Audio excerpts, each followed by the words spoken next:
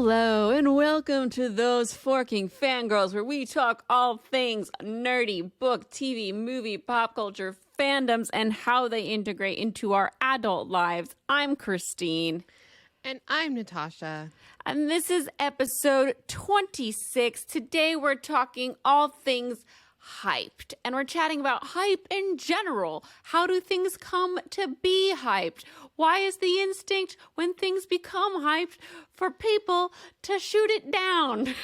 And we're going to discuss things that have been hyped for us. And we took a poll from our listeners and got a bunch of hyped things from y'all. So we're going to go through the list. It's going to be a fun, lighthearted time.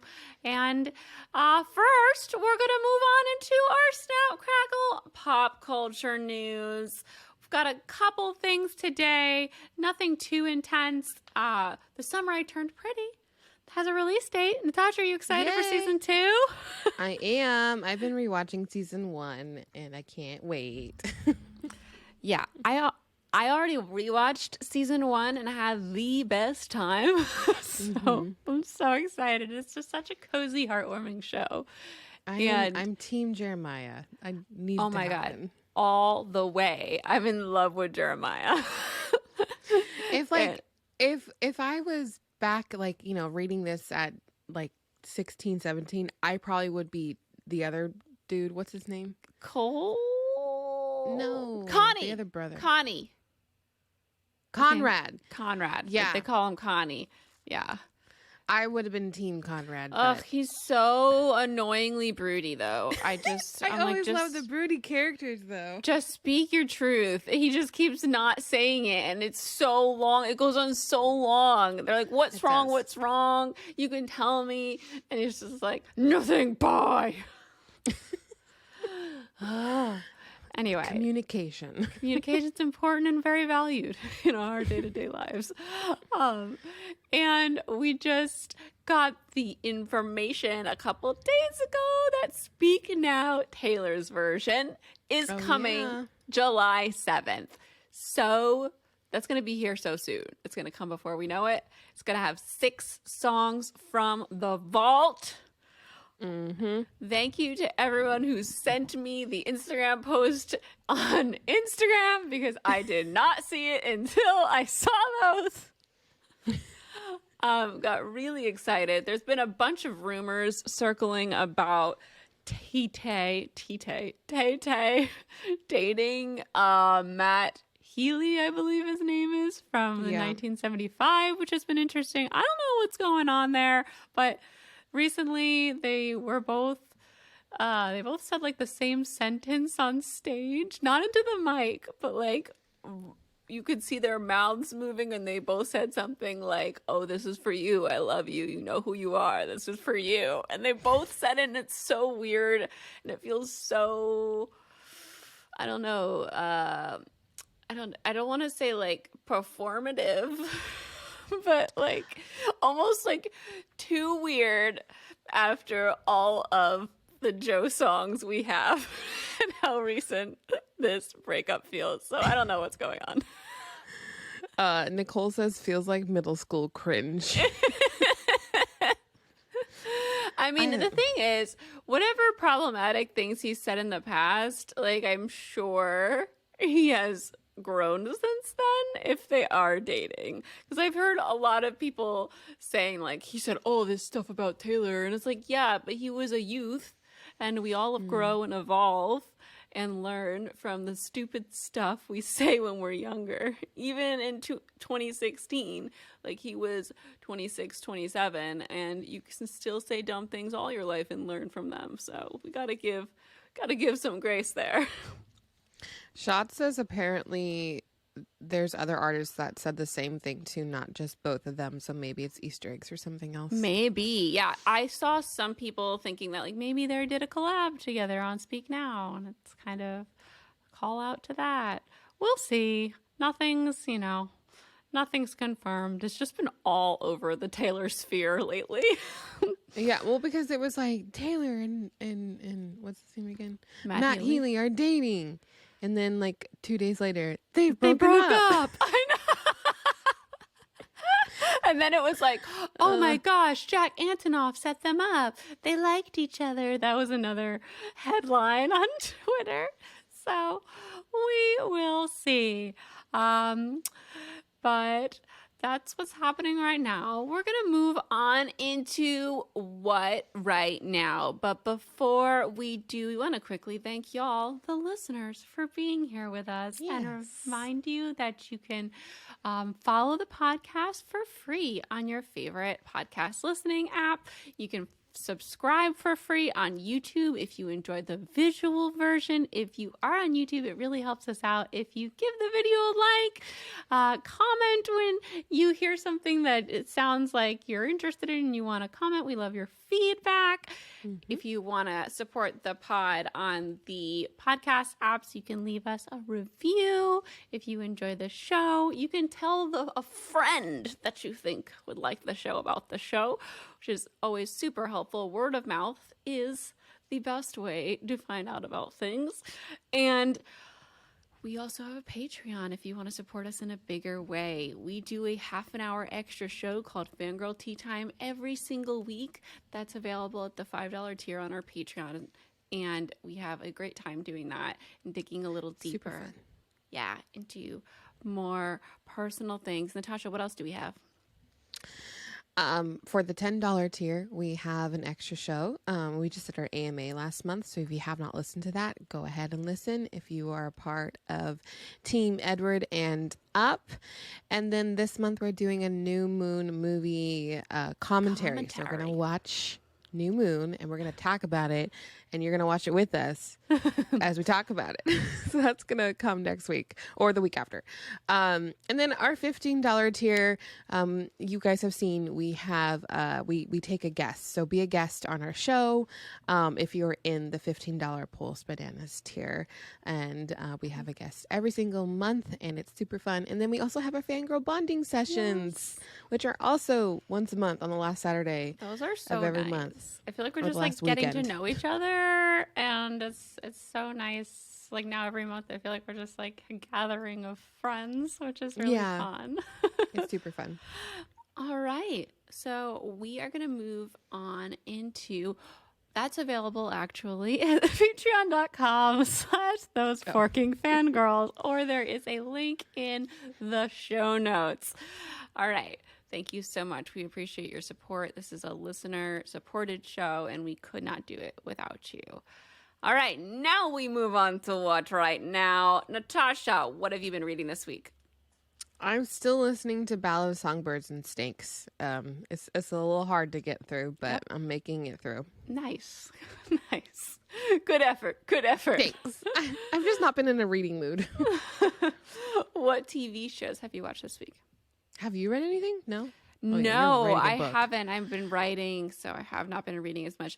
Honestly, I've been rereading bits of Happy Place with my eyeballs, and I've downloaded like 5 different samples of different books to read because I haven't found one that's caught my interest. I think I just did though, by Kate Solomon. Is that her name? But someone, the one Tomorrow and Today and Tomorrow she wrote. I'll tell you next week when I'm more than like 10 pages into it. Okay. But I've downloaded so many samples, and I actually really liked the first 10 pages of this book, so I think I'm going to buy it. All right. Tell me about what you've been watching.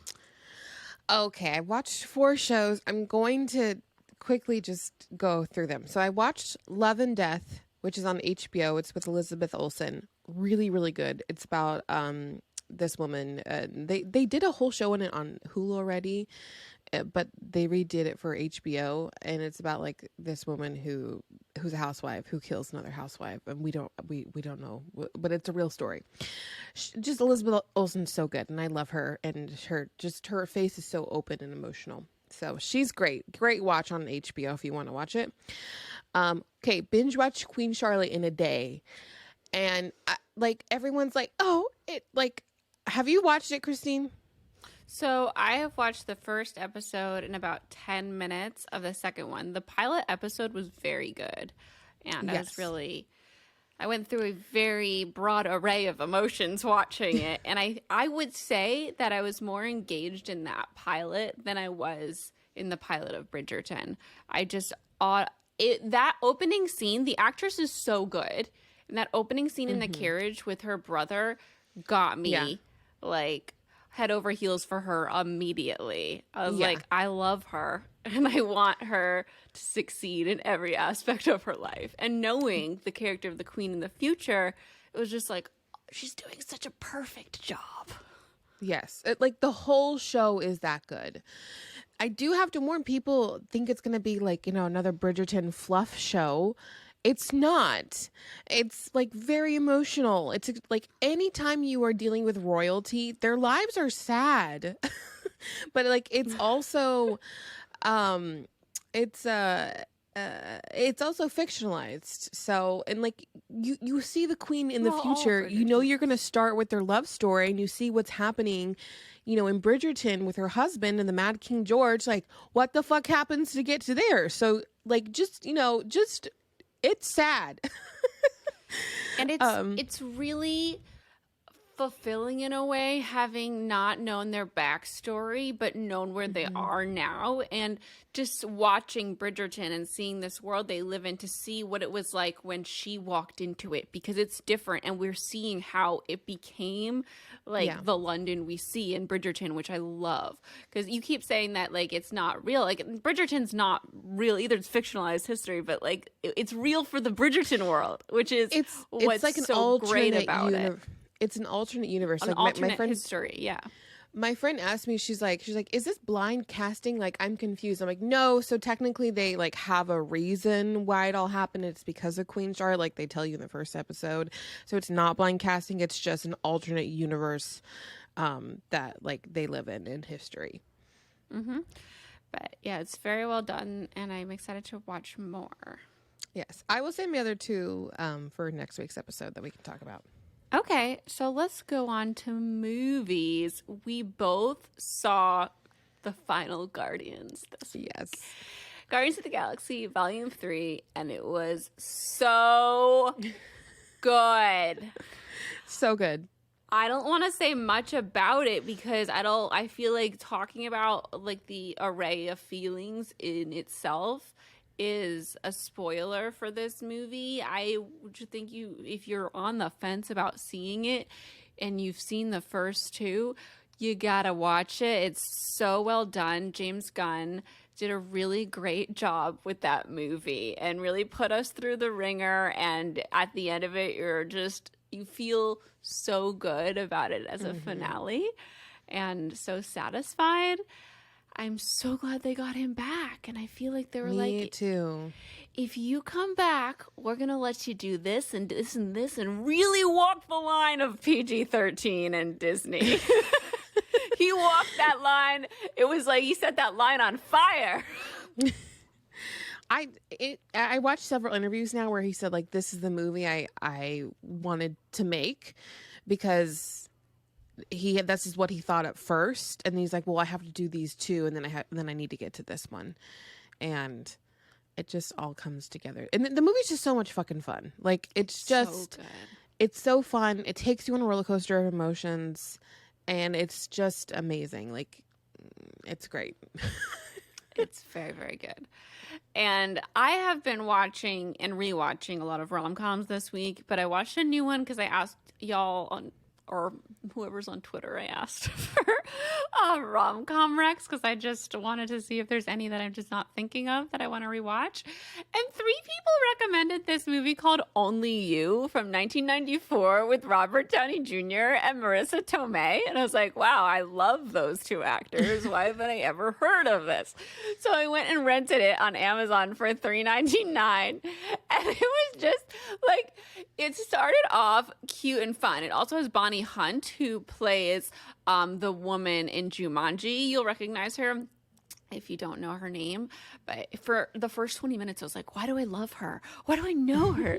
And then it finally dawned on me. I was like, Jumanji! Jumanji is a great movie. If you haven't seen it, highly recommend. Anyway, so this movie acts under the premise, like the opening scene is young Marisa Tomei with her brother, and they're using the Ouija board, and she's like, I need to know the name of my soulmate.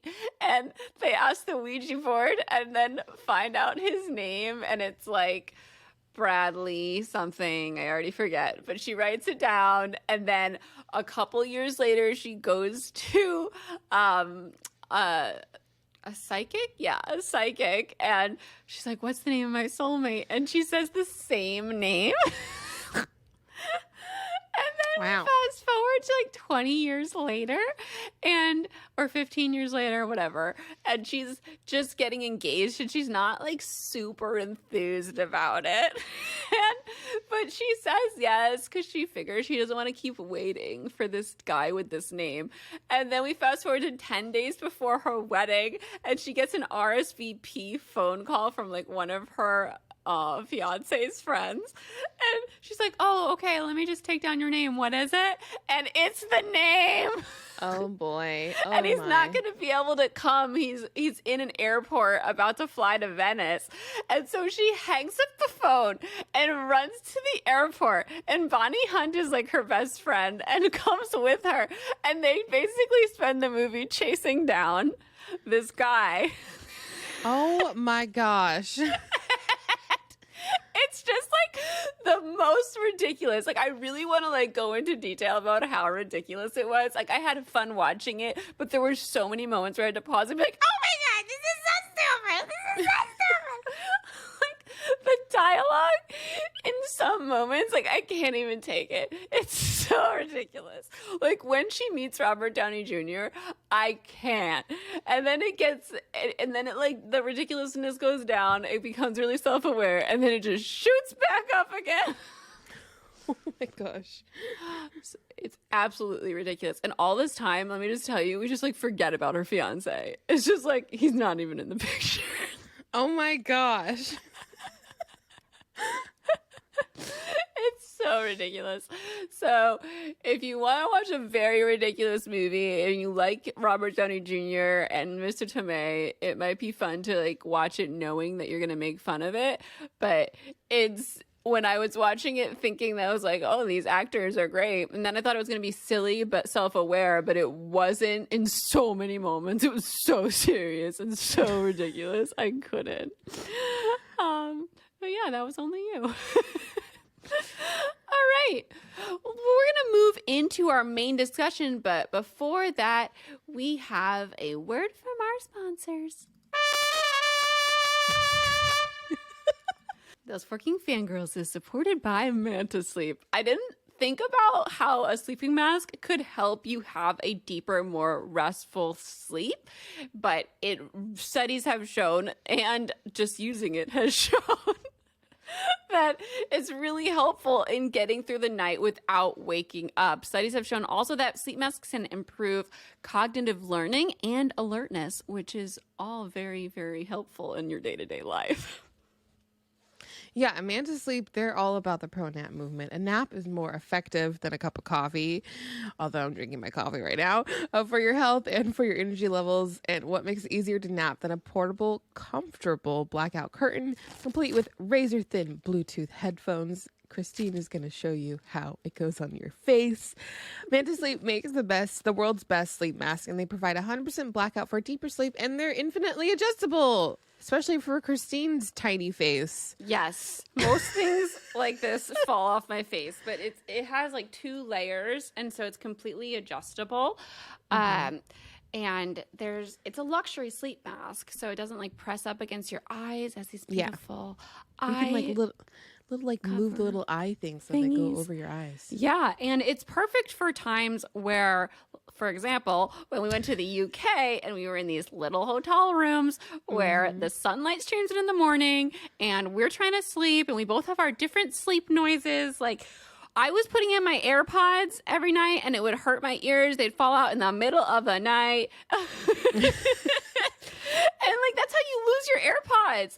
Yeah. But this is the Manta Sleep Sound sleep mask, and it has the built-in Bluetooth, and So you just have to wear your sleep mask to listen to your sounds, which is perfect. And it doesn't hurt your ears. It's got these easy tabs to adjust the sound. And slide back and forth. So like wherever your ears sit. Yeah. And it makes it so much easier to fall into a peaceful sleep when you're sharing a room or a house with lots of people. Yes. So like I really found that I love using it when I have family visiting or if I'm house sitting, because I used to do like the whole AirPod situation. And then if you've slept with AirPods, you know that they like push into your ear and you'll wake up in the middle of the night and your ear is going to be sore. It's because I'm asleep on my side. But these help so much to like drown out screaming children, which usually happens in the morning, or like cats, because when I usually house sitting cats and they're like climbing and jumping all over the bed. And so it's been so nice like putting it on and going to sleep when I have so many interruptions in the house, or I'm sleeping in someone else's room and it's just like different noises and there's like slivers of lights coming through because maybe they don't have blackout curtains, and so the noise doesn't hit your face in the morning. And then I usually play like rain sounds or like my deep sleep playlist. Yeah, whatever your sounds are, you can play it through your mask. And it has a 20-hour battery life. And there's no audible battery notifications when it's dying. So there's no beeping that wakes you up when it starts to die. It keeps you in your peaceful sleep. And I love that it comes in a nifty bag for travel. And if it sounds good to you, if you're looking to find a more restful, peaceful, deep sleep, restful, peaceful, deep naps, you can head over to mantasleep.com to check out their mask selection. And you can use our discount code FANGIRL for 10% off your order. Yay! Yay! Now back to the show. All right, we're going to move into our main discussion, stuff that is hyped a lot. Now, I want to precursor this discussion by talking about hype in general, because things get hyped because people love them. People want to share the joy of whatever is bringing them so much happiness. So I feel like a lot of the times when we're seeing things that are hyped over and over again, you start to get mad at it and like cut it down. And what you're doing is like, I don't know, it's innately negative, that instinct, because you just don't want to see something get too much attention. And I want to keep that in mind when we're talking about these things. Like, I don't want to be mean about anything that is like a direct insult to people. So if you like any of these things, love these things. And I think I hate the term overhyped, because it's always not the thing's fault that there's so much hype about it and that you just didn't happen to enjoy it. Yes, Katie said people throw rocks at things that shine. Perfect quote from a Taylor Swift song. But they do. And once something becomes big enough as an entity, people, especially if it's a person, people don't view it as a person anymore. That's where it really gets me, when people are like, this person is overhyped. And it's like, dude, that's a human being.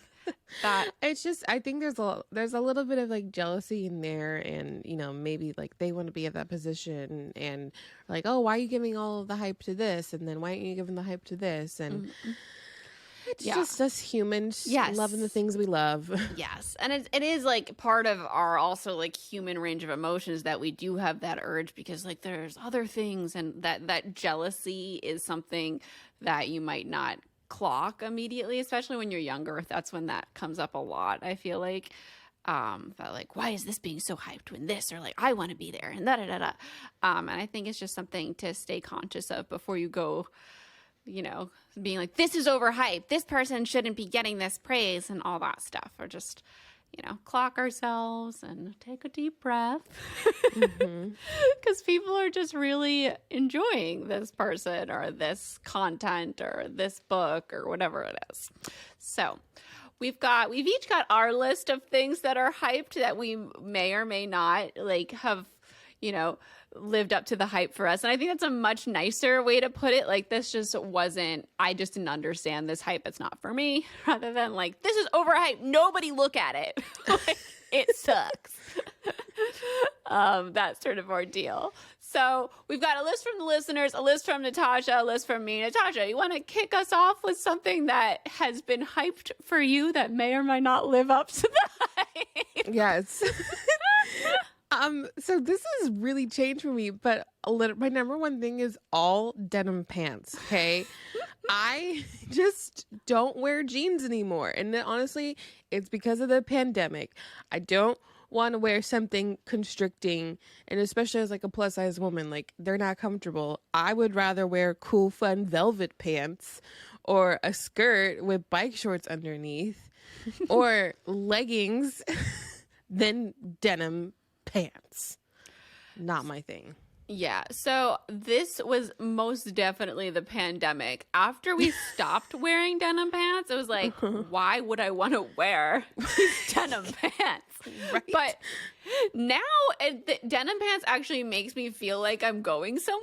They make me feel like I'm going out. So I wear them sometimes to make myself feel awake. It's kind of you know how you feel before you put makeup on sometimes, where you just kind of feel sleepy and indoors. So jeans for me is another way for me to be I'm doing something. I'm getting out of the house. I do like the look of jeans a lot, but I totally feel you. When I get in the house and as soon as I sit down, I'm stripping. I don't want to be wearing these. I've really found so many other ways to feel like I am ready to leave the house. And I think a really easy, I love wearing wide leg sweatpants, black wide leg sweatpants. It has the same feeling of denim, and you can still look put together. I've really mastered the whole sweats out in public thing. Really good at it. And now, especially with Gen Z, with their turtlenecks under their sweatshirts, which honestly came from the 90s. Excuse me, I do that all the time. I've been doing my whole life.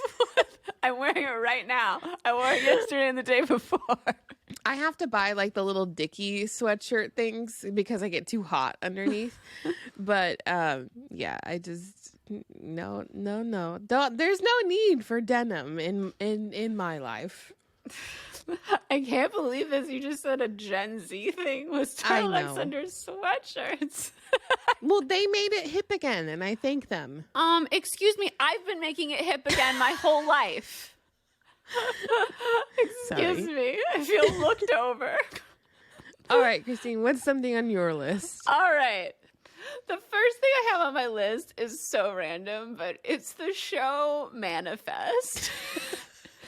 And people didn't start to like this show so much, I think, until it came on Netflix and everyone was binging it. Yes. But this show was very much marketed to be a new Lost, and it really didn't live up to that caliber of storytelling for me. No. I'm sure it's enjoyable for those of you who enjoy it. I just after obsessing and studying Lost, it just doesn't hold up the same way. Maybe also it's better if you binge it because it's one of those mysterious shows. And it was I tried to binge it. Oh, you did? Remember we went to the Comic-Con panel? Yes, we did. We did go to the Comic-Con panel. Because I was obsessed with Once Upon a Time and Josh Dallas is in Manifest. And I'm obsessed with plane crashes.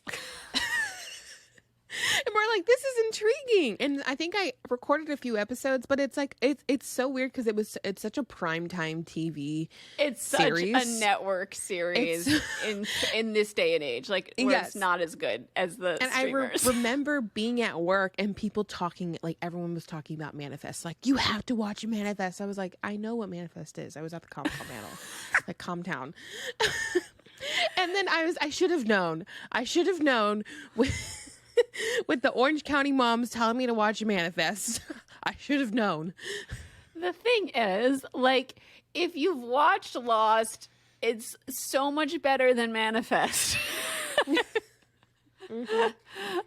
So it's hard to, I feel like in my opinion, it was very hard to get into Manifest. I tried really hard to. I watched like 7 episodes and I was like, this is hurting me. So I didn't continue, and I'm sure it has its pluses and the reasons why people love it. I just don't. And yeah. So the people I know who love it have religious trauma. Interesting. Well, I have religious trauma. I have religious trauma. I love things that dig into like religion stuff, and it wasn't doing it well. I know what you're talking about. Anyway, All right, Natasha, pick something from the listeners list. What do y'all think? Oh boy, oh boy. Oh, the one that got my blood boiling was aesthetics like cottagecore and dark academia. Come on. I can see where they're saying cottagecore is overhyped because I honestly don't understand it to the level that people love it. I feel like when like the core things, like when the aesthetics started getting popular in like 2020, it was a way for people to escape in the pandemic. And honestly, like it's like all of those aesthetics have created avenues and opportunities that really weren't there on the internet. And for people to be like, yeah, wait, I do love this stuff. And this is definitely something that I see myself doing. And it like gave it like a name, you know, instead of it just being like people wearing flowy, pretty dresses out in nature. Yeah. It gave them a community to circle around. Yeah, and that way you can find other people who also like the same thing. Yeah. Yeah. And I think folklore really brought a lot of people's attention to cottagecore. She dove into that head first with that aesthetic. I do see though, like literally every brand jumped on the bandwagon to be like the cottagecore collection, like, and it just being like all white fluffy dresses and corsets. I love that shit. Like I am a proud member of cottagecore, princess core, like all of that core. Okay, and I love my dark academia too. And like I think you can be more than one thing, and it's great. But that's like. Fine. It is annoying when like corporations jump on the bandwagon and like just kind of blow it out of proportion. I'm gonna pull another one from the listener list. Dating is hyped. I agree. I just thought this was hilarious because dating isn't a thing that goes in and out. It's literally what people have to do to find a partner. I agree, though. It's overhyped. I don't agree at all because it can't be overhyped. It's just like a fun thing to talk about. There's no hype around dating. It's just what people are doing to find a partner. No, what if it was just like everyone becomes friends and then you find your partner through a friendship? Instead that of just takes so fucking long, and people would be left out. Just no, like because every time there's a friendship, I don't it doesn't agree. turn into something romantic. Okay, but a friendship, you know more about that person than you would just dating and being like, let's get to know each other in like 2 weeks and figure it out. That's not what dating is. What are you talking about? You're acting like it's like Bridgerton. Let's see each other twice and get married. No, because you've already, through a friendship, you've already done the legwork. But what are you arguing here? Like friendship is overhyped, is hyped enough? Because this happens all the time too. I'm just giving an example other than dating to find a partner. Oh, but people do that. But it's so for people like me who have really hard time making friends, I need it to have a label of dating so that I understand that this is like you like me. Because if I have a friend, we will just be friends forever. I will never know for sure if they like me and nothing will ever happen. So true. This is why the label dating exists. So like we both are on the same page when we go into this. Instead of like a lot of times with friendship, one friend likes the other friend doesn't like that friend, and it goes on forever, and one friend gets more and more upset because this isn't turning into anything and ends up in sadness. So true. it's just a way to like have ground rules. And I would love to have had like a friends to lovers situation happen in my life, but I feel like it's really hard, especially if you're shy, for that to like come to fruition. Yeah. The funny thing is I just had this conversation with Heather, and because she's like, what state have you opened up the app yet? I was like, no, I don't want to. And then we kind of agreed that since I'm really good at making friends, that I should just start making more man friends and see how it goes. And like start it off that way, because I fucking hate the dating apps. But the thing is, you're going into it hoping for a date. And then, like, if it doesn't lead to a date, it will be innately disappointing. And this is That's the thing. true. Like, even growing up, because I was, like, afraid of boys, whenever there was a friendship, like, I'm programmed to think, like, will they like me? Because I'll end up liking them if they're a good friend, you know? Mm-hmm. Like, and it took me a long time to, like, learn to just, like, not view it that way. Because That's true. It gets weird pretty quick, and I'm like nervous and weird like, if that's the situation that's happening. And I feel like that was like all growing up. I always had that in my head, which is why I couldn't be friends with boys, because I was like, oh, like, do I like them? Do they like me? Like, all the time. Angst.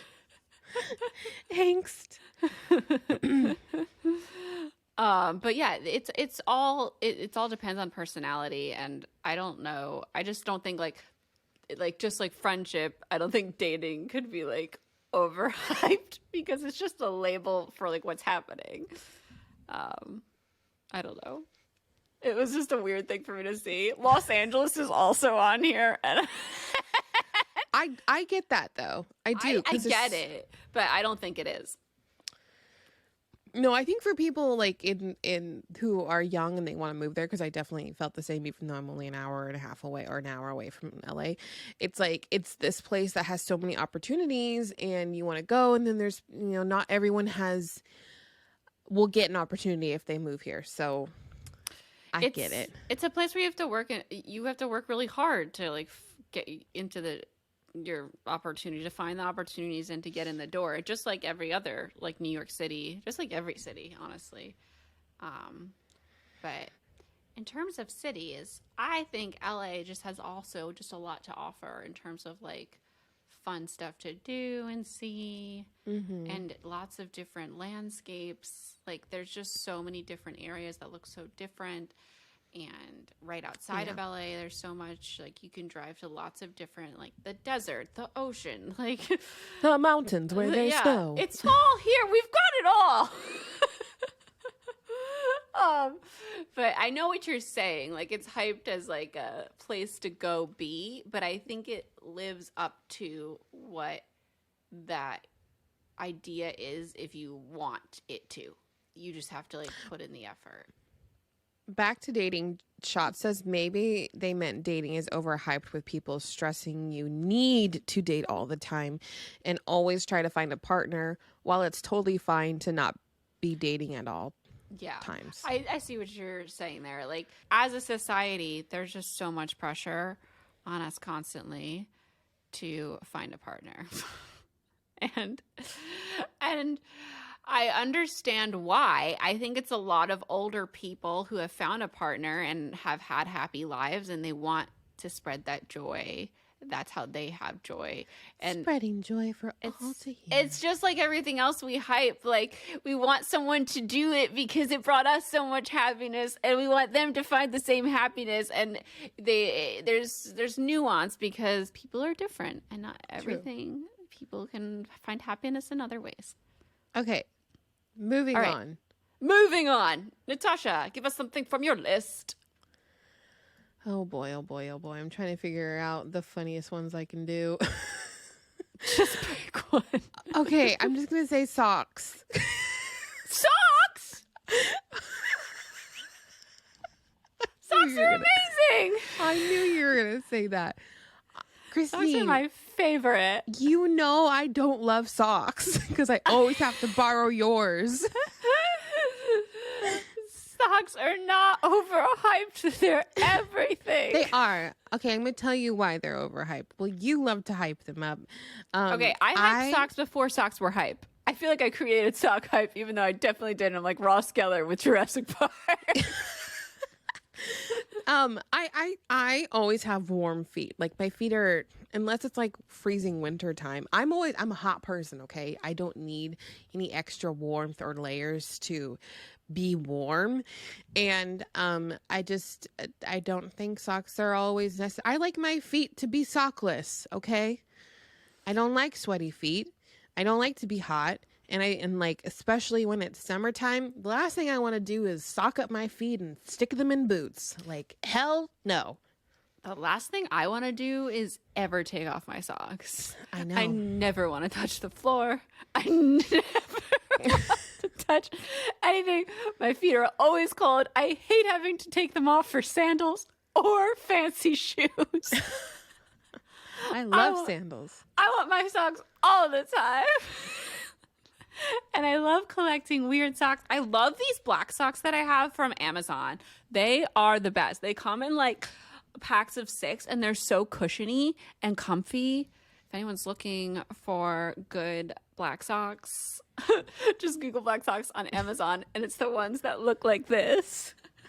They have gray toes. I do have to say, I think it's the Californian in me who's like, sandals everywhere. Like literally we would just go to high school throughout the entire year and wear flip-flops. Like I would wear flip-flops every day of my life. That's crying to me. I know. Well, I don't do it as much now. And I have to wear my supported shoes and socks to Disneyland. Yeah. I saw flip-flops on your list, and I haven't worn flip-flops in like 10 years because they give me feet cramps, and also I hate my feet being so exposed to the world. One time I stepped on like an area that had glass, and I was wearing a flip-flop, and I like felt the glass, even though it didn't like get in my foot. Like something hit me, like on my foot. Yeah. And from then on, I was like, am I dying? Did I just get a disease? Did it get in my foot and I can't see it? And I just never wanted to wear sandals again after that. I used to be a big flip-flop girly, like I just said. Now I am a proud owner of Adidas slides. Those things are like pillows, and I think they're way better than flip-flops. Those are all the rage in high school. For cheerleading competitions, we all had our Adidases that we slid our feet into before we put on our cheerleading sneakers. They're great. I don't like sitting down to put on shoes. I just like being like, foot, out the door. And you know what I love about those? You can wear them with socks. Yes, you can wear them with socks, and I do it. It's a little harder to grip. Shoebies. Okay, you go. All right. Okay, biggest thing I feel that are overhyped, but everybody loves them, is flowers. I fucking hate flowers. I don't. You have a whole video on this. A whole video on the Pulling Bananas XX channel from 2011. Okay, I think that's a long time ago. I remember it. I don't ever want to be gifted flowers. I would 1,000% rather be gifted socks. First of all, I don't want them in here. Like they're just gonna die. I don't want to feed them. I don't want the pollen. I don't want their smells, and they just die, and I have to throw them out. And I would love a bouquet of socks. So for one of my birthdays, John, for my birthday, made like this sign when I opened the present. It was like, it's time for sock apocalypse. And he just got me all different types of cool socks. And it was like, I actually got a bouquet of socks for my birthday. It was so cool. But anyway, like I have my fake sunflowers in my house, and I love the way they look, and I love that they're fake and that they'll never die, and they're just always here for me as a pretty decoration. But I see no reason for real flowers in my house. I do love flowers, like a lot. Sorry, Ash just said, do you like dried flowers? I don't know why I would want dried flowers. Dried flowers are cool. They do shed a lot sometimes. Like I feel like I would just break that. Yeah. Well, there's like cool little bouquets you can get. They're pretty cool. All right, They're like sorry, very go on. boho chic. About I your wouldn't flowers. recommend, honestly, not for your vibes. I love flowers. I think a offshoot of that I think is overhyped are plants. Because they're Everyone loves not their as pretty plant babies. as flowers. I Okay. can see the aesthetic of it. It feels like you're in a little forest, though. It's nice and green. I'd rather have flowers in my house. Oh, I have fake plants. I have real flowers. I love fake plants Yeah, I do love fake plants. of any kind. But yeah, when I get flowers in the mail, also a lot of times they won't come in a vase, or if they do, like, what am I going to do with that vase? I hold the flowers for a couple days and then I throw them out. It's for people who constantly have flowers in their house. I have Yeah. about 10 vases. Can we just talk about, so for Natasha's birthday, was it Heather that made all these beautiful flower arrangements? Yeah, I mean, it was both of us. Like, we went and got the flowers and the vases and stuff. Okay, so they're beautiful. I'm not arguing with like flowers not being beautiful, but I hate flowers on a table because they block everyone's faces and I can't see anyone when we're talking. Basically might be it might as well be in school when you like put up your folders between a test. Yeah, like as the day was going, I'm like, can we move this flower? Can we move this flower? I should have just done. I love the little small vases with like one little flower in it. Like I should have just done that. Nicole, this conversation is hilarious to me. I thought when you said overhyped stuff, I was expecting movies, TV, and books, not socks and plants. Actually, I don't think I have any movies or TV. Oh, I do have a director. I have one movie. Yeah, I just, like I said, I don't love pointing out like movies, TV, books as being overhyped because I know they're just hyped because people love them a lot, and I don't want to like shit on that. And those like stuff like flowers is so big that I don't feel like I'm individually like hurting something that like brought someone so much joy that they can't, like, they're gonna be upset. But like something like flowers, it's like, okay, everyone universally loves flowers, they're like universally great, but I just don't like it. Okay, should we take one from the listener list? Yes, go ahead. Do you want to pick one or me? You can pick one first. Okay, so someone put Disney World and Disneyland. Oh, I knew you weren't going to like that one.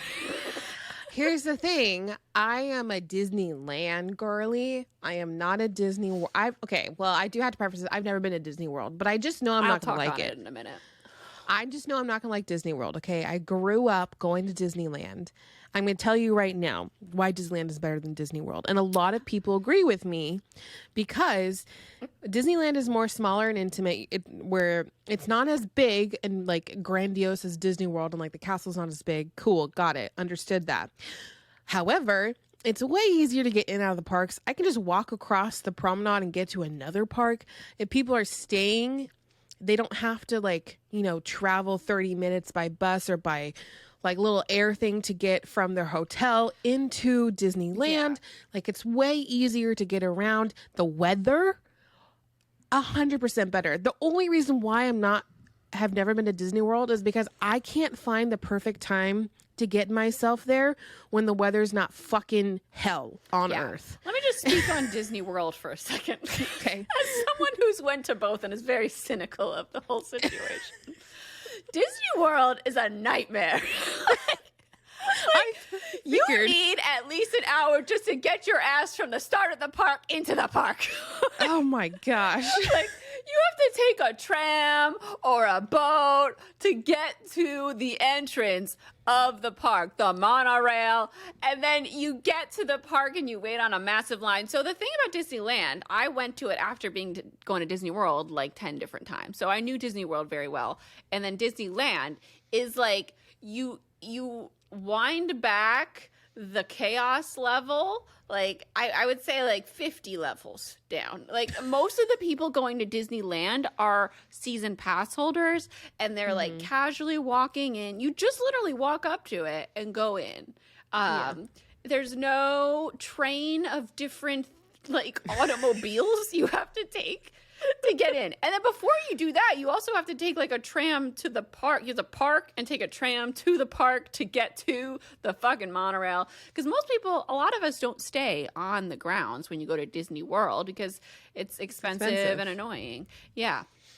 But so whereas when you walk into Disneyland, it's like this chill, like no one cares too much environment because you go in and out all the time and you're just like enjoying it. People at Disney World are all like, I have to get my money's worth and do everything ever in a day. So you're like completely engulfed in a chaos stream of people who are so determined to do everything that they will like run down the world. It sounds so unappealing to me. It's like why I've not been to World, especially when I spend so much money at another Disney park. It's like I don't even like. I just don't want to.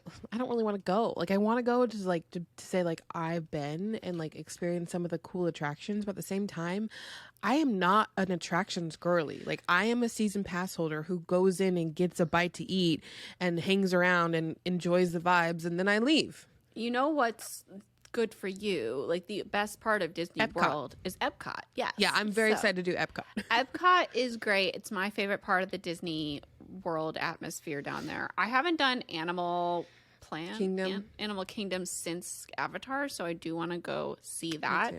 But as a conglomerate, I do think Disney is a little scary. And it's not, especially Disney World, like, I feel like I don't need it. Yeah. And it's very chaotic and all of the food is the same. There's all these little places throughout the parks where you can get like quick food. And I know some people that are like, oh, let's go here. And I'm like going to all these places with them for the first time. Like everything's the same. The food is all the same at every place. Where, in World or Land? World, Hollywood Studios, like all of that. The food is I've heard the food is way better at Disneyland because it's way easier to get new food in and out because of the whole travel thing. So like that makes sense. But yeah, Disney World, I was like finding it laughable because we'd go to like Pizza Planet or this place and it would just like be the same menu or like oh, the pizza's so good here, and I'm like, that is the same pizza I had at the booth near the hotel today. Yeah, they don't have a lot of variety. So yeah, but they're we could go on. We could go on, but let's keep moving. Should I pick one from the list here? Yeah. Bucket hats is on the listener list. I've never understood the draw of a bucket hat, but I did have some when I was like in 3rd grade. Me too. They were a thing in the 90s, and when they started coming back, the first time I saw it, Emily in Paris was wearing one, and I was like, why the fuck is Emily in Paris wearing a bucket hat? And then everyone started wearing bucket hats again. I don't like I look good in hats. I don't like a bucket hat because it makes my head look small. They just look very silly to me. Look very silly. Gabby said she likes that bucket hats cover her ears. And do they? Do you have to pull down the flaps though to cover your ears? Or is it just a bigger hat? Shots said, I think it's cute on kids. And I see that. It's cute on little babies. Little babies cute with their bucket hats. And that's where they should stay. Ash said, I think it's because the K-pop idols really love wearing bucket hats. Maybe they really brought it back. Ears are the most missed spot for sunscreen. You're right, Gabby. A lot of times I just forget they exist when I'm doing my sunscreen. Because it's annoying. Then it gets all in your ear canals. Little caves. Okay. Something on your list, Natasha. La la la la la. Okay. Thongs. Like actual thongs? Like actual underwear thongs. I will never wear a thong. I feel like they were overhyped in middle school when girls would like hike them up and like with their low pants, so you just like see thongs all the time. I don't care about that. I hate thongs because they're uncomfortable. Like, no matter how you wear them, like I am a big connoisseur of the granny panties movement. I do think this has something to do with being plus size because I like full coverage sucking in underwear, and a thong is just kind of just sitting there. I don't like that. I feel like it just slides around, especially like the front bit. Like, what am I supposed to do with that? I hate thongs. Yeah, I don't love a thong, but I wear it with like fancy outfits because my underwear line will like really show and like ruin the outfit. Or if I'm wearing like white pants, I have to wear like a nude thong to like not completely see through my underwear. Like they're like a necessity for some of my outfits. So I have like 3 that I pull out when I need them. I think that's just different bodies because usually I don't care. And I'm always wearing Spanx or something. So it always smooths it anyway. So it doesn't matter. Yeah. So my underwear will just show through most of my like regular undies. So I have ones that I really like are called Hanky Panky. And they are the most comfortable thong I've ever worn. It's like a thick lace band. It's not like a string. But I do have a string one because sometimes you can see the fucking hanky panky. But those ones I've found are the most comfortable and don't like get up your ass because. Do you wear them when you work out? Ew, who wears a thong when they work out? So many people wear thongs when they work out. I don't know if you just heard. I only wear them with fancy outfits when I need to. I was just making sure. That's disgusting. That feels unsanitary. Yeah. Because you're like sweating into the little thong and then that thong's going up your ass because you're like moving around. That's a staph infection. That sounds like an infection waiting to happen. Like a urinary tract infection. All right. On my list, I have pomegranates because they were super hyped for a while. I've never had a pomegranate suddenly got popular. Like in like 2006, 2007, all of a sudden pomegranates were all the rage. Oh, they're not that good. I've never really had one before. Like I've had like a pomegranate margarita, but that's about it. Yeah, I've had like the flavor of pomegranate because when you eat it, you have to like eat the seeds or something. Like you have to eat it in a special way. Yeah, and it's hard to eat it. So I never got into it, but my friends used to like have the pomegranate seeds and I just didn't understand what was happening. Maybe it's like I don't know. Yeah, maybe if you grow up eating pomegranates, it's like not a big deal. But since they came into my life when I was like 16, I was so confused. Okay. Grab us something. Bookshelves organized by color. I found this hilarious because like, what do you mean they're overhyped? This is the best thing I've ever done. Same. It was so because I loved your shelf for so long, and then when I put like mine up on the wall, it just doesn't look cohesive. Like I needed it to look cohesive to like make my brain settle down because I looked at it and it was like, ugh. Yeah. Because you're not going over every day looking for a specific author in alphabetical order. Like, that's not helpful to your aesthetic life. I saw Kat organize her shelves by rainbow in, like, 2013, and I changed mine in 2014 to be rainbow and never went back because it makes me so happy.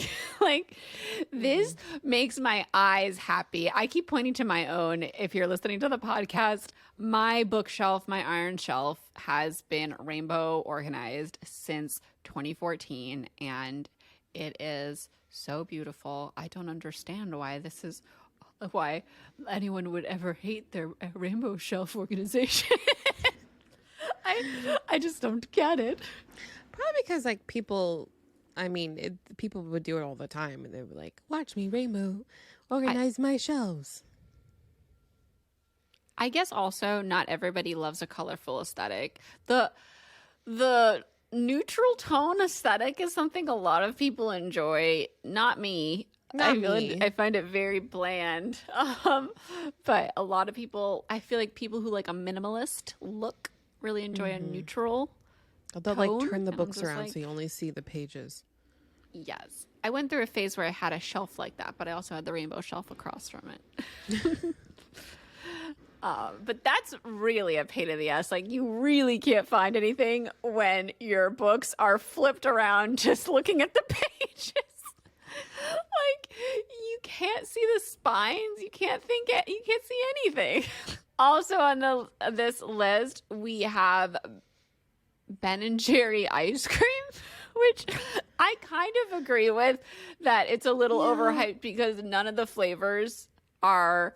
I can never find something that I like because there's always something in it that I don't like because they put so much stuff in every flavor.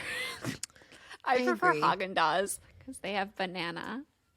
I prefer Tillamook because it's just the best I think quality of ice cream, and they have just They don't have that on the East Coast. Well, because it's from Portland. Tillamook like cheese and Tillamook ice cream and Tillamook Elite. Yes, Nicole.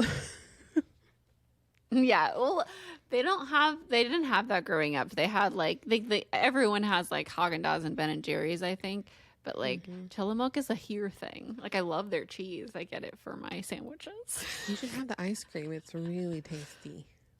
My favorite is the strawberry or the chocolate peanut butter. I really loved Blue Bunny growing up. Do they have Blue Bunny here? But Blue Bunny chocolate ice cream was the only chocolate ice cream I ever liked. I haven't seen it at my grocery store, but quality. All right. Let's move back up to your list, Natasha. Yes. Quentin Tarantino films. I think are overhyped. I mean, they are really hyped, but I really just always get a kick out of his humor. I only like really the violent like humor. I only really like one of his films, and it was the Once Upon a Time in Hollywood. I don't love what? Like, what one do you love?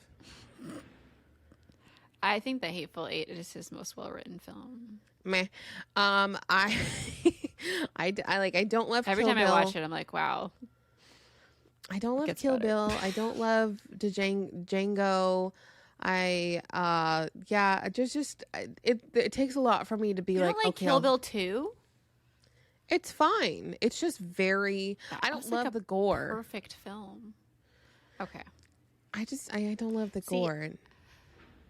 The gore to me feels very tongue in cheek. Like, it feels preposterous on purpose, and I always look at it as comedic because I can tell like he's doing it in a cheeky way most of the time.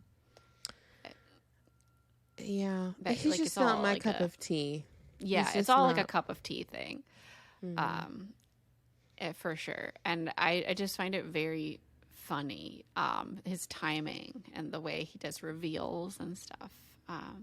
And I can totally understand it's not everyone's cup of tea, and I know he uses a lot of questionable language that he doesn't have to use a lot of the time. And but I really do love his directing style, like the storytelling style with the chapters. Like, it really feels bookish to me. Yeah, I can see that. I know that you've drawn inspiration from that too. I have. I have very much. Chapter titles.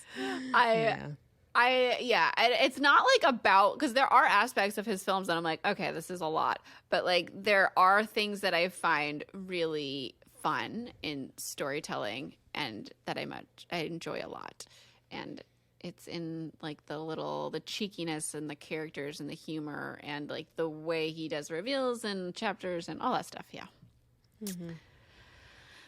All right.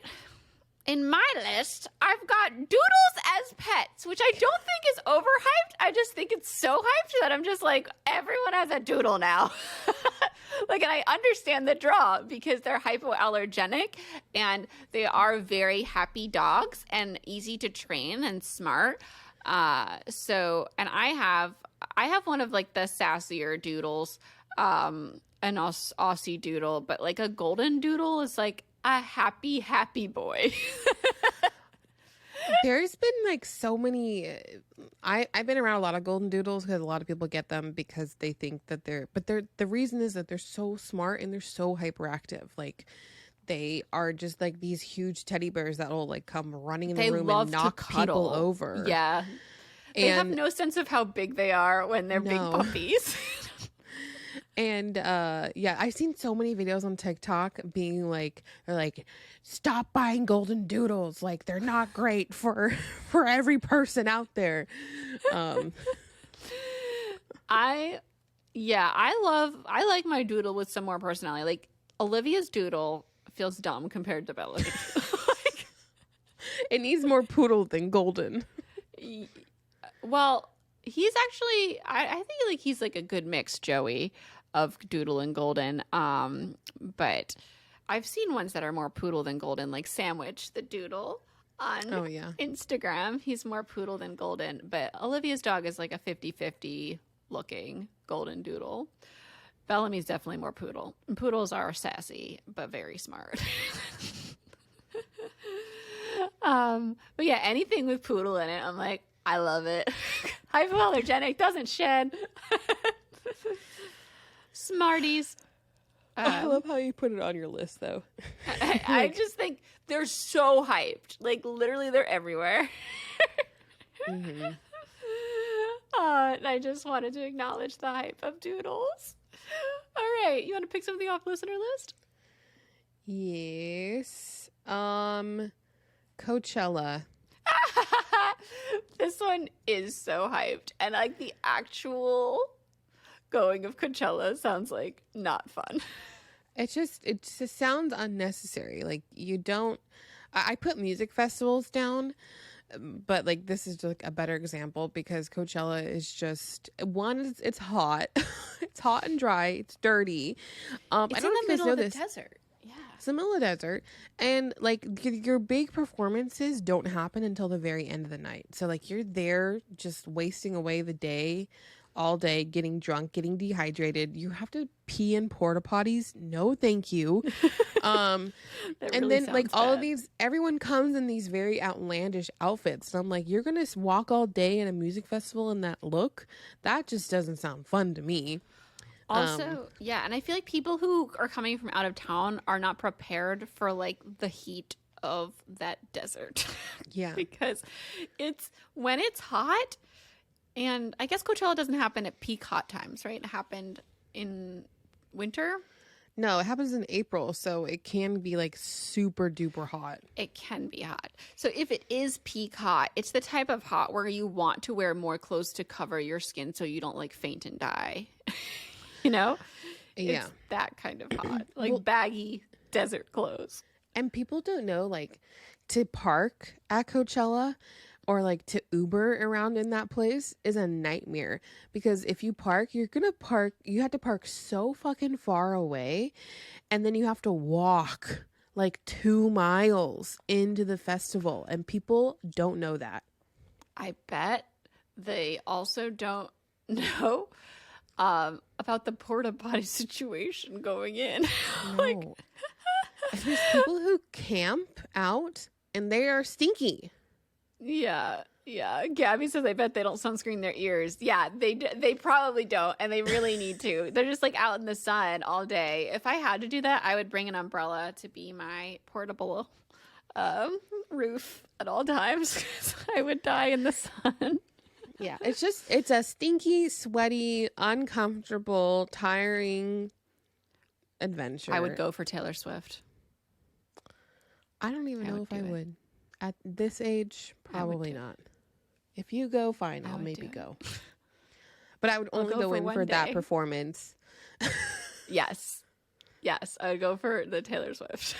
And then I would rent a house with a pool so I can just be by the pool the whole time. Abby, the total 180. That is what would have to happen to get me to go to Coachella. All right. Also on our list here, Stanley Cups, the listeners list. a lot of people said Stanley Cups, and I think that was agree. hilarious because my mom was been so excited about her Stanley Cup when she got it, and I didn't even know what a Stanley Cup was.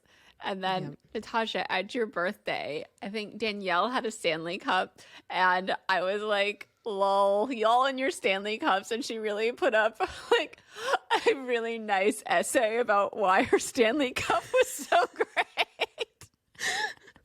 Gabby Say literally like, just "My said, water." why is the hockey final overhyped? Oh my God, Gabby, Yeah. that's why I was so confused. They're called Stanley Cups. And I was like, isn't that the hockey trophy that they keep adding to every year?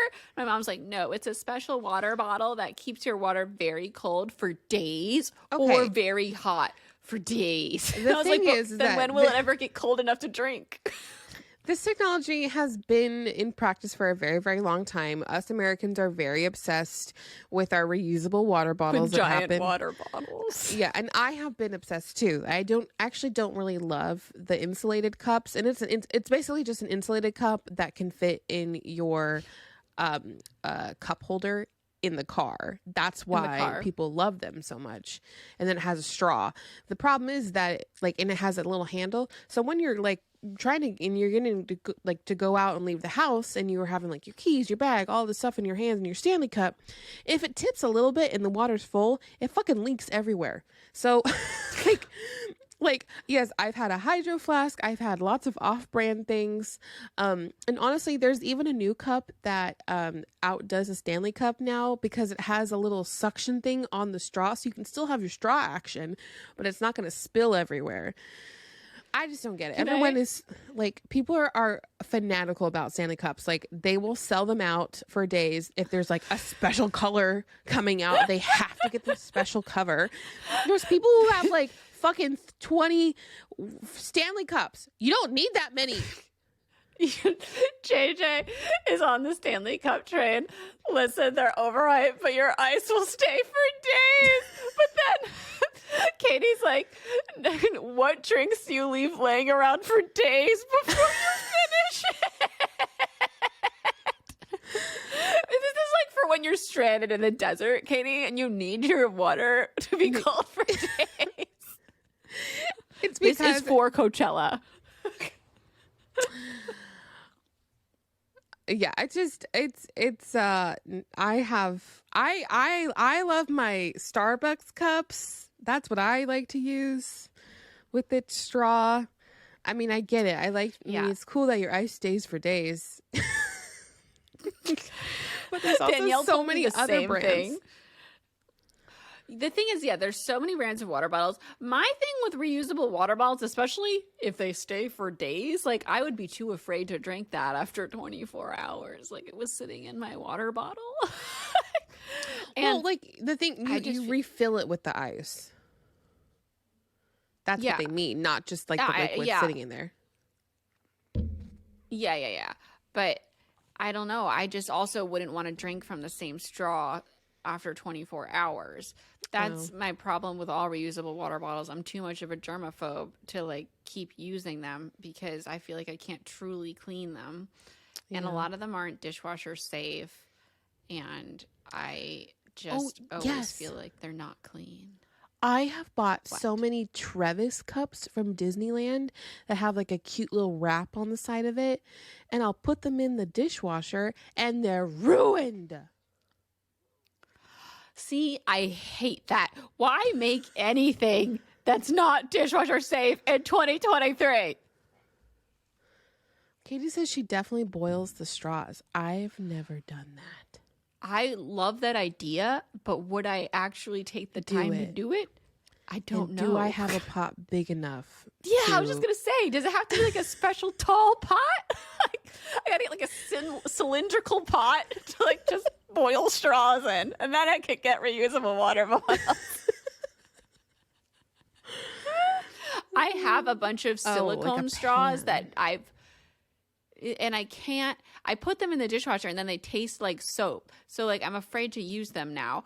But maybe I should boil those fuckers. Yeah. Then I can use them. That's a good idea. Is it going to melt? Is it going to melt it though? Oh, I don't know. It shouldn't. I don't know what temperature silicone melts at, so Katie nope. says no. She says Does nope. that apply for every single straw, though? I have multiple different types of straws. All right. Can I talk about something before we have like 10 more minutes here? And I need to talk about these little designer tea candles that are like 2 inches big that are super expensive that you can't light without worrying about setting the house on fire. And I just don't understand why they're like a trend to put in bridesmaids boxes, these little candles. What do you ever use those little candles for? They are asking for your house to be set on fire. I will only use a candle that's in a big glass jar where I definitely won't knock into it or accidentally put my arm over it and set something on fire. Yeah, I agree. I don't understand. And like, does it actually smell good, or is it just like supposed to be pretty? The expensive one smells good, but it's this big. And it's like, when am I ever going to light it? I'm afraid to light it because it doesn't have a protective covering and it's little. Like, I will set a fire with that. And I just feel like it's a waste of $30 for this 2-inch candle that we can't ever light. Like, you know what I could see this being good for? Like that one day where you're proposing to someone and you need to put a bunch of candles out. But also, you might set your house on fire and die. Yeah, they're used in weddings and stuff, but they go out really quickly. Katie said they were invented to stick under the teapot to keep it warm. Wow, interesting. But like in this century, there is no purpose. Yeah. I don't know what the brand is that Olivia got, but for her bridesmaids, but specifically, it's supposedly like a really nice candle brand from Nordstrom or Neiman Marcus or something. And I'm just like, I don't know. I feel like I would have enjoyed socks in its stead. Socks. I love my Bath and Body Works candles. Natasha, what do you need to talk about on your list? What do I need to talk about? Okay, I'm probably going to say this one. It's going to make people angry.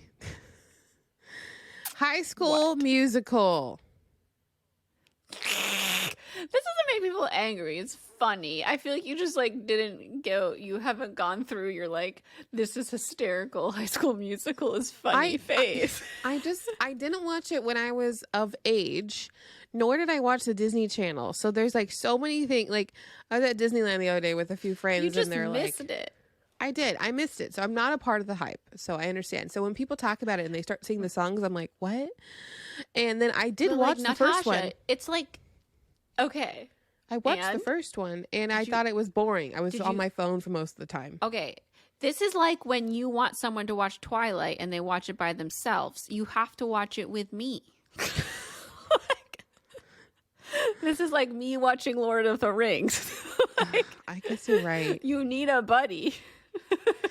It was boring. And I don't love Vanessa Hudgens. She really bugs me. So funny. I can't. But I didn't get it when I watched it by myself. I was like, this is stupid, because I was just like taking it seriously and expecting it to be good. And then I watched it again in like I think it was 2020, and it was so funny. And then the second one was hysterical. Zac Efron is a gem. Yeah, it just gave me the cringe. Yeah, you were watching it wrong. Let me do it. We should watch it together. All right. Bet on it, Grammy performance, Gabby says. For real. Bet on it is my favorite thing. Like, it just makes me so happy. It was my pump up songwriting book 3. The Boys Are Back is genuinely like the best performance, I feel like, in all the High School Musicals. That choreography is bomb.com. Okay. We'll take one last one from the listener list here. And Someone wrote Biore skincare chokehold of the 2010s, the pore strips that go over your nose. And I do agree that those were so weirdly hyped for such a weirdly lengthy amount of time. Did you ever use those? Yes, and I use them like just recently too. Like, really? Yeah, I stopped using them after I figured out that there's other better options for your skin. But yeah, I used to love doing that. I was like, this does nothing. I just didn't understand them at all. Do you need to get like gunk pulled out of your nose when you use them? Nothing happened when I used to use them. I don't know. Wow. You must have a gunk-free nose. Skin. It irritated my skin. All right, let's move on to Mary Kiss Cliff.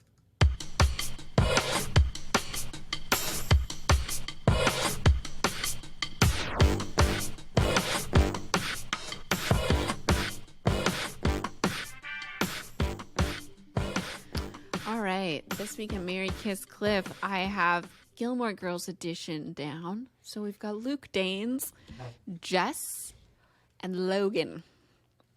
I didn't bother putting the first one because I don't like him at all. Okay, this is easy. I'm going to marry Luke. Wow. Marry the grump. Yes. And I'm going to kiss Jess, and I'm going to cliff Logan. Interesting. I am going to marry Jess and kiss Logan. What? And probably cliff Luke. No. Luke gets on my last nerve with his lack of communication skills. And I'm obsessed with Jess. So, and Jess has evolved a lot in his time across the Gilmore Girls. I did not like Jess for the longest time. I was immediately obsessed with him because he was Milo Ventimiglia, but I could see not liking him for a while. But Luke gets on my last nerve sometimes. I can't. I love Logan, and if I wasn't afraid he would be cheating around every corner, then maybe I would marry him. But Logan's an ass. Well, he evolved a lot too, and now no, he doesn't. Except for the cheating thing, then yeah, that's terrible. That's an issue. So that's anyways, why I'm Katie not says that I him. am correct in my decision making. That's all I need. Well, Ash said she'd marry Jess in a heartbeat. So, all right, we're gonna move into the chapter chat. We've been rereading ACOTAR, A Court of Thorns and Roses by Sarah J Maas at snail speed, and we are up to chapters 36 and chapters 37.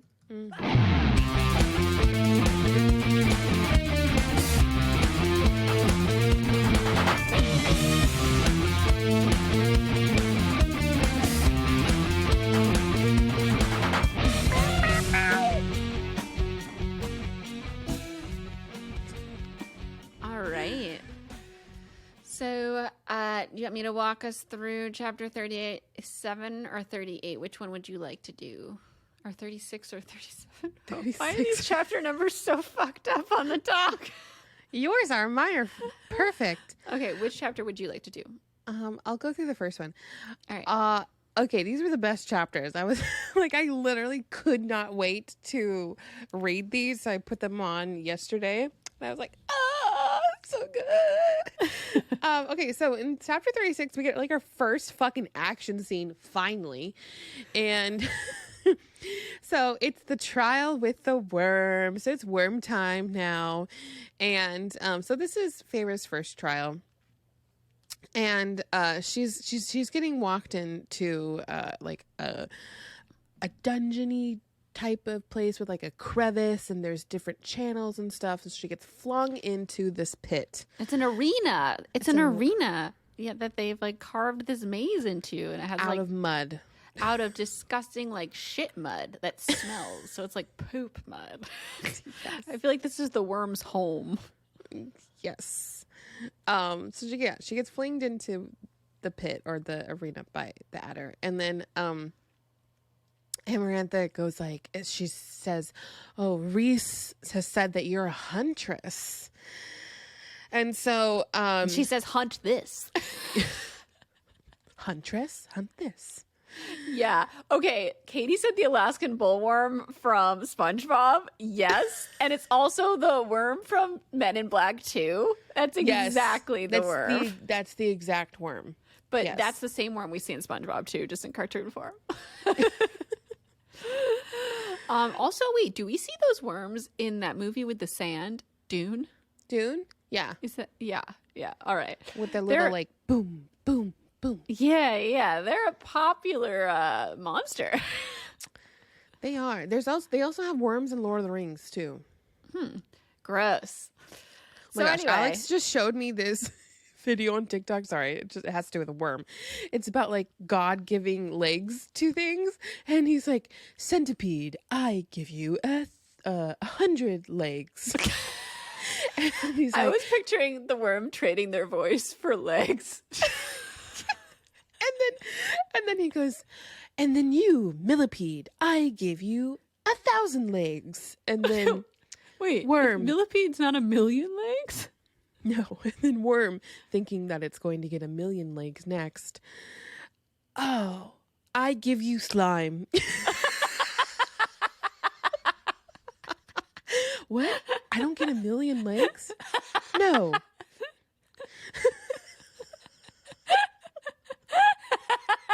So stupid. Why is that so funny? I know. I had to send you the video. Okay, so she wants her to hunt this worm. She gives her no tools. Nothing. And everyone's taking bets that she's going to die within a minute or 5 minutes. And RHYSAND is the only one that bets on her to win. We don't figure that out until the end of I knew it chapter. as soon as she said one person. I was like, it's RHYSAND. But do you want to walk us through the challenge She here? goes through the whole... So we start for the whole trial. We're like, okay, what the fuck, Feyre? What are we going to do here? And at one point... It's blind. What? The worm's blind. I'm getting there. Oh, sorry. Stop it. Oh my gosh. Okay, so she gets stuck for an instance, and I just think of like when Hermione, Harry, and Ron fell into like the slithering snakes. What are they called? Slithering snakes? You mean the plant? Yeah. Okay, it wasn't a snake.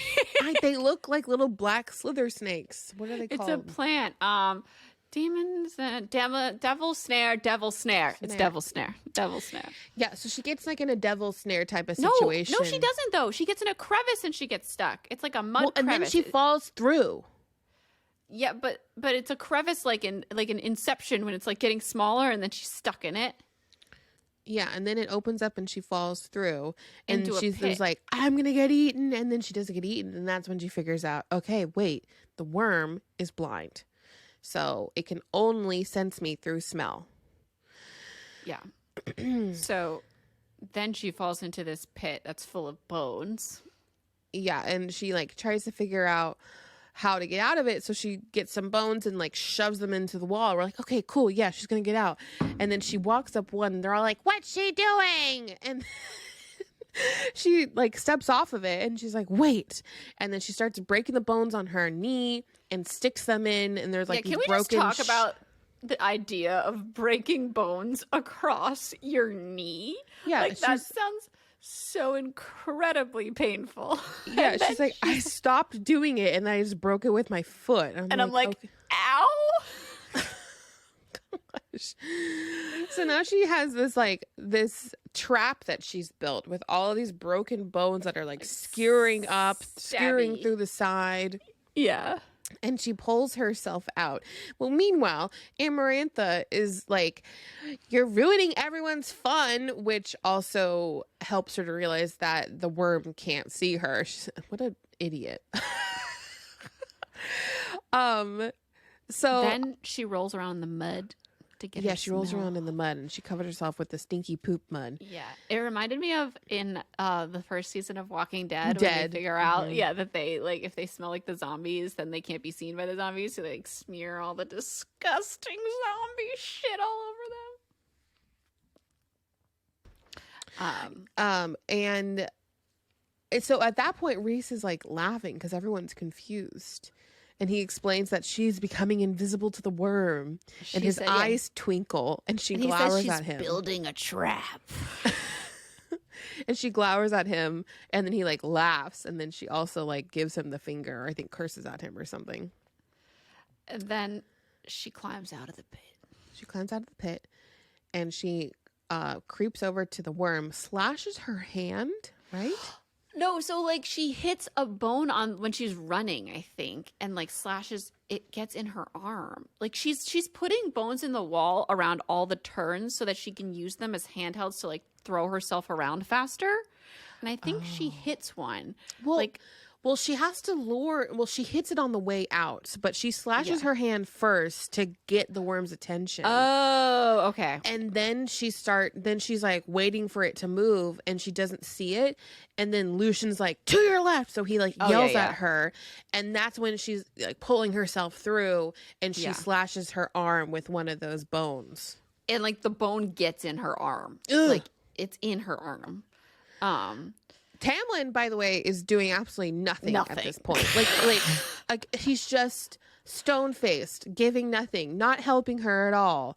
And it's so fucking frustrating. And she's like, I'm doing this for my love. I know, to prove her love for him.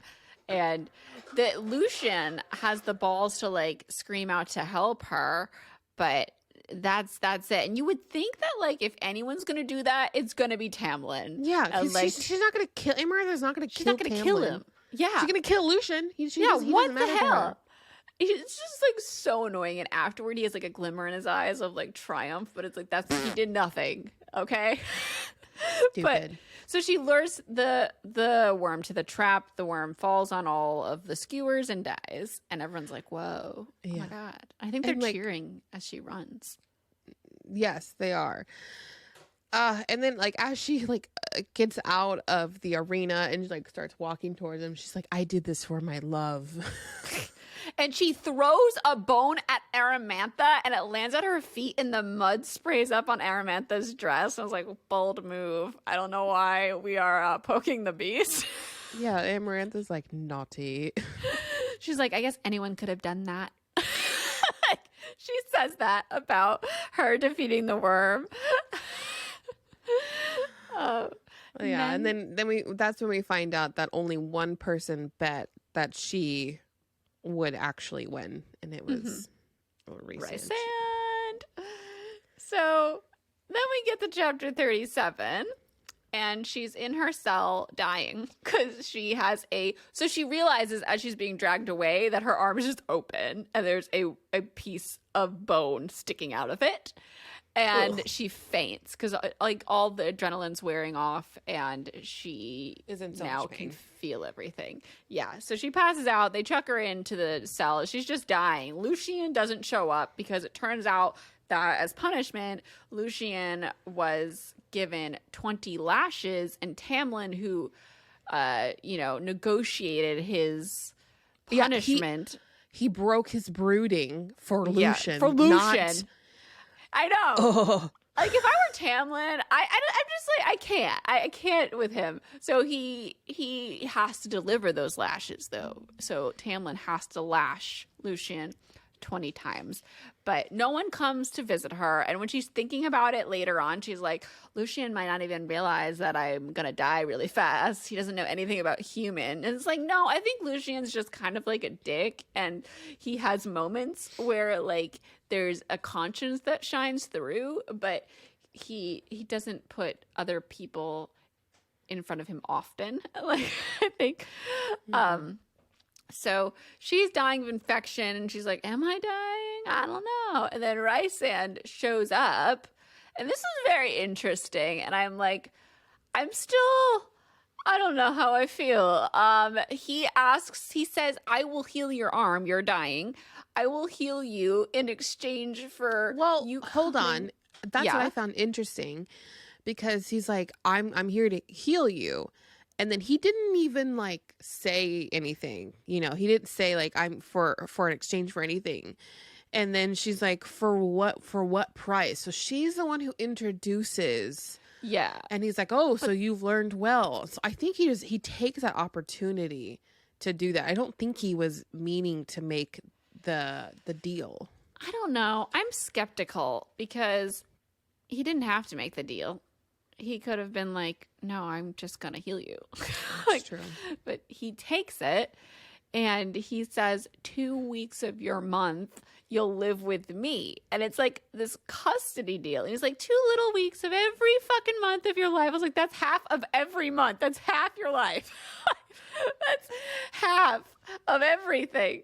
He's like, just 2 weeks, just 2 little weeks. And she negotiates, she's like 5 days and he's like 10 days. And then she goes a week and he takes a week. But before this, she doesn't even want to take this deal. She's like, I'm just going to wait. He's like, are you banking on Lucien? Because he's been punished and Tamlin does nothing. So you're probably going to be dead. He's trying to, like, he doesn't want her to die. So he's trying to, coax her into taking the deal right now. And I don't know if he ever would have even left in that moment where he said he was going to leave. Like, I think that was his bluff because he already knows that the mating bond has happened between them. No, it hasn't happened. Yes, it does. He feels it immediately. No, he doesn't. He feels it at the end of the book. I just reread that accidentally online. But, like, he feels it when he's saying goodbye to her. He talks about knowing it the second that they first talked. I think he feels an inkling or something that's drawing him towards her, but I don't think he Maybe feels it hasn't locked into place. Yeah. But, like, he knows it's coming from the beginning. Katie says it snaps in place at the end, but he has a hunch the whole time. Yeah, like he can feel it, like, because he talks about it. I remember him talking about like the first time he ever saw her. I think there's something that's drawing him towards her, and he's like, okay, what? But he also doesn't know that like humans can become fairies yet. So I don't know, but they do know about the magic when they all drip a magic. That's how they save her. I don't know. We'll see. But I know he talks about, like, he's a smart guy. He knows. Even if it hasn't snapped, I feel like he knows. Well, yeah, because, like, why else would he make a deal just because he really emphasized the word you. He's like, I want to make a deal in exchange for you for 2 weeks. So, like, why would he want just a weak, human in his house for 2 weeks? Yeah. But, okay, when she's saying no, all right, before they make the deal, he twists the bone in her arm 3 times and laughs and says this is the last time he'll extend his assistance. And I know he's, like, trying to, like, push her to think that she's dying and he wants her to say just do the deal. But, like, what the fuck? Yeah. What the fuck was that? Like this unnecessary amount of pain that she's already in. He's just like pushing her to be like, I guess he doesn't want her to waste away, but still. Yeah, I know what he's doing. He's like trying to push her to the edge to be like, you're dying, but like you're torturing her. So yeah. I don't know how I feel. But anyway, then they negotiate down to 1 week, a month. And they shake hands. She's healed. She kind of passes out for a minute. She wakes up and she's got the tattoo on her arm. She's like, what's this? Get it off. She's like, oh, wow, you're so grateful, you humans. And then she gets scared about how Tamlin's going to react to this because Tamlin has anger issues, and she can just see him like with his claws coming out when she sees that she made a deal, and just see him saying like, what were you thinking? You're so stupid. Meanwhile, had she not done this, she would have died. So if I were Tamlin and I wanted my true love to live and she made a deal to be saved, I'd be like, thank God you did that, or else you would have died. Like, you saved your life. But she's, like, worried he's going to be upset because he has, like, these jealousy, possessive issues. And she's right. Yup. Sad times. Well, that is chapter 36 and 37. Natasha, did you have any other thoughts? Nope. No.